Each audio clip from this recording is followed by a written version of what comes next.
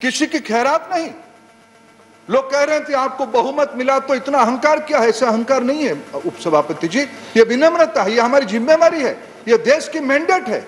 2014 और 2019 में देश की जनता ने कल्याणकारी व्यवस्था चलाने के लिए श्री नरेंद्र मोदी जी को जिम्मेवारी दिया है।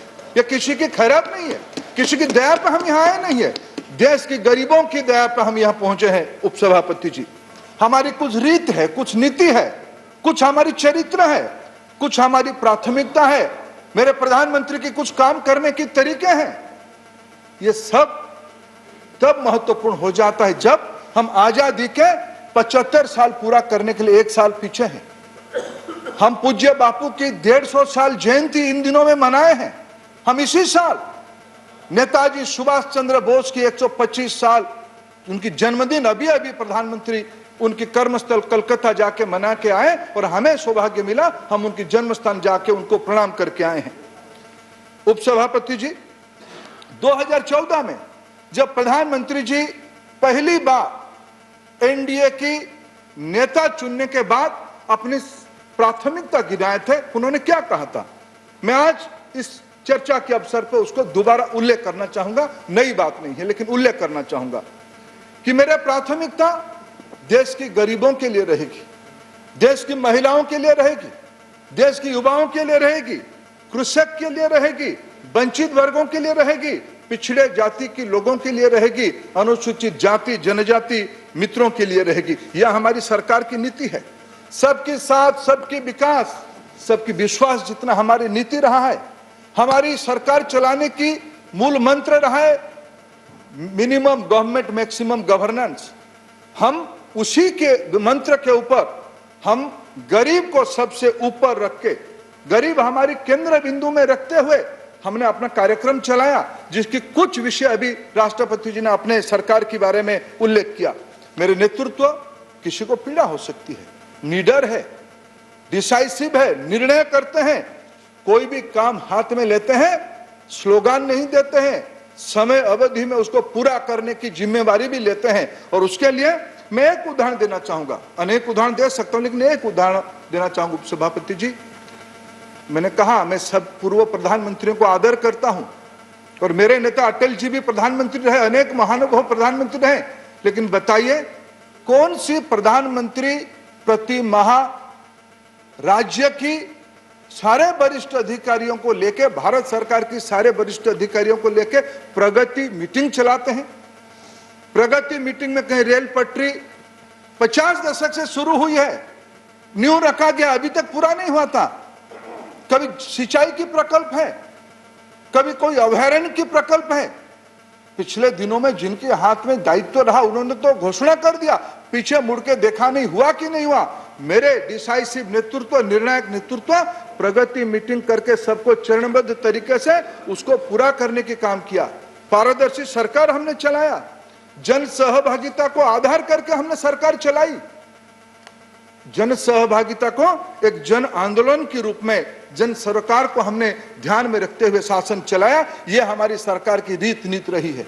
हमारी, जैसे मैंने कहा, गरीब कल्याण हमारी प्राथमिकता रही, कल्याणकारी राज्य हमारी प्राथमिकता रही। जनधन खाता 42 करोड़ लोगों के खुले हैं, टॉयलेट 10.7 करोड़ लोगों के खुले हैं। अगर मैं एक विषय उल्लेख करूं, किसी को बुरा लग सकता है, आजादी जब देश को हुई, देश में टॉयलेट 1% लोगों के पास था। जब 75 में आर्यभट्ट छोड़ा गया, हम महाकाश में अपने पराकाष्ठा दिखाए, तब टॉयलेट देश में 2% था। जब विश्व कप हमने जीता 1983 में, तब भी टॉयलेट की संख्या हमारी 2% थी। जब हम नई सदी में पहुंचे, 2000 में आए, 1998 की तथ्यों में दिलाता हूं उपसभापति जी, तब भी हम 18% तक टॉयलेट बनाए थे। जब प्रधानमंत्री जी कामकाज संभाले 2014 में, 2 अक्टूबर तक देश में 39% टॉयलेट था, जो आज 70% ओडीएफ हुआ है। यह प्रधानमंत्री जी की निर्णायक नेतृत्व की एक उदाहरण मैंने दिया। इलेक्ट्रिसिटी 4 करोड़ लोगों के घरों में पहुंचाई गई है। एलपीजी कनेक्शन उपसभापति जी, प्रधानमंत्री जी ने हमें जिम्मेवारी दिया लगाने के लिए।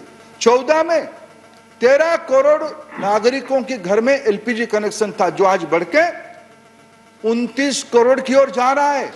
ये उपलब्धि है, ये टाइम बाउंड डिसाइसिव गवर्नेंस है। अभी तो देश में एक नया उन्मादना खड़ा हुआ है, माहौल खड़ा हुआ है। नल में जल पहुंचेगी। राज्य सरकार, सभी, किसी की भी राज्य सरकार हो, आज भारत सरकार के साथ सहयोग कर रहे हैं। हम हर घर जल पहुंचाने के लिए प्रधानमंत्री जी देश को वादा किया है। माननीय रविशंकर जी यहां बैठे हैं, 1000 दिनों में भारत की 6 लाख गांव में इंटरनेट पहुंचाने के लिए हम लोगों ने जिम्मेवारी लिया है। बीमा योजना, प्रधानमंत्री किसान सम्मान निधि योजना, मित्रों ने पिछले दिनों में शासन चलाई, 10 साल में 70,000 करोड़ रुपया देके किसान हितैषी का बिला लेके घूम रहे हैं। मेरे प्रधानमंत्री तो सालाना 70,000 करोड़ रुपया किसान के खाते में डीबीटी कर रहे हैं, कोई बिचौलियों की बिना मध्यस्थता में। एग्रीकल्चर लोन बढ़ाई गई है, मुद्रा योजना और गरीब कल्याण। जब मैं कहता हूं शिक्षा से सबसे गरीब की भाग्य तब विकास परिवर्तित होती है, उसको अगर उचित शिक्षा मिलता है। 34 साल, मैं किसी की आलोचना आज के दिन में करना नहीं चाहता हूं। 34 साल लगा देश की नई शिक्षा नीति लेके आने के लिए। कोरोना की कष्ट काल में भी मेरे सरकार, मेरे प्रधानमंत्री जी देश की रोजगार के लिए, नौजवानों की आकांक्षा पूरा करने के लिए नॉलेज और एम्प्लॉयबिलिटी, स्किल, इसको ध्यान रखते हुए न्यू एजुकेशन पॉलिसी लेके आए। अभी आदरणीय वरिष्ठ सदस्य गृह की, जो लंबे समय तक किसी राज्य की जिम्मेवारी में रहे, मैं उन्हीं के राज्य में अभी गया था पिछले सप्ताह। बैतूल, उपसभापति जी, बैतूल जिले की बांछा गांव हम गया था। घोड़ा डुंगरी ब्लॉक बैतूल जिले में हमको सौभाग्य मिला, अनिल उइके नाम के एक गोंड समाज की एक व्यक्ति की घर में उस माता को दर्शन, उसकी पत्नी को दर्शन करने के लिए हमें मौका मिला। उसके घर में क्या क्या है, उनको चाय पिया मैंने। उनके घर में, बहन जी हमको चाय पिलाओगे? बड़े आदर के साथ हमको चाय पिलाए। प्रधानमंत्री आवास योजना से घर मिला है, बिजली पहुंची है, एलपीजी कनेक्शन उज्ज्वला योजना में पहुंची है, सोलर लाइट पहुंची है, सोलर कुकर पहुंची है, स्वच्छ भारत में टॉयलेट लगी है, पशुओं के लिए अलग घर बना है, अन्नपूर्णा मंडप के नाम पे किचन गार्डन बनी है, पानी उस गांव में 74 लोगों की, आदिवासियों की गांव है, पानी संरक्षण के लिए वाटर सेट सिस्टम लगी है, हैंडपंप पर्याप्त मात्रा में है, लेकिन अभी उत्साह भरी है, नल में जल आएगी। स्वरोजगार के लिए पशुपालन, कृषि, एसएचजी मूवमेंट और बागवानी, और गांव भर में कंक्रीट रोड और नाली की व्यवस्था। अभी दूसरा खुशी उस गांव में इसीलिए है कि स्वच्छ भारत की सर्वे उस गांव में आई है। यह नई भारत की गांव हो रही है। उपसभापति जी, किसी को क्यों पीड़ा होनी चाहिए? भारत अगर अपने पैर पे खड़ा होगा, आत्मनिर्भर होगा। आज नई चेहरा बन रही है देश में उपसभापति जी गांव की। मैं विशेष करके राष्ट्रपति जी के भाषण के अवसर पे, मैं पूर्वी भारत से आता हूं, उपसभापति जी आप भी पूर्वी भारत से आते हैं।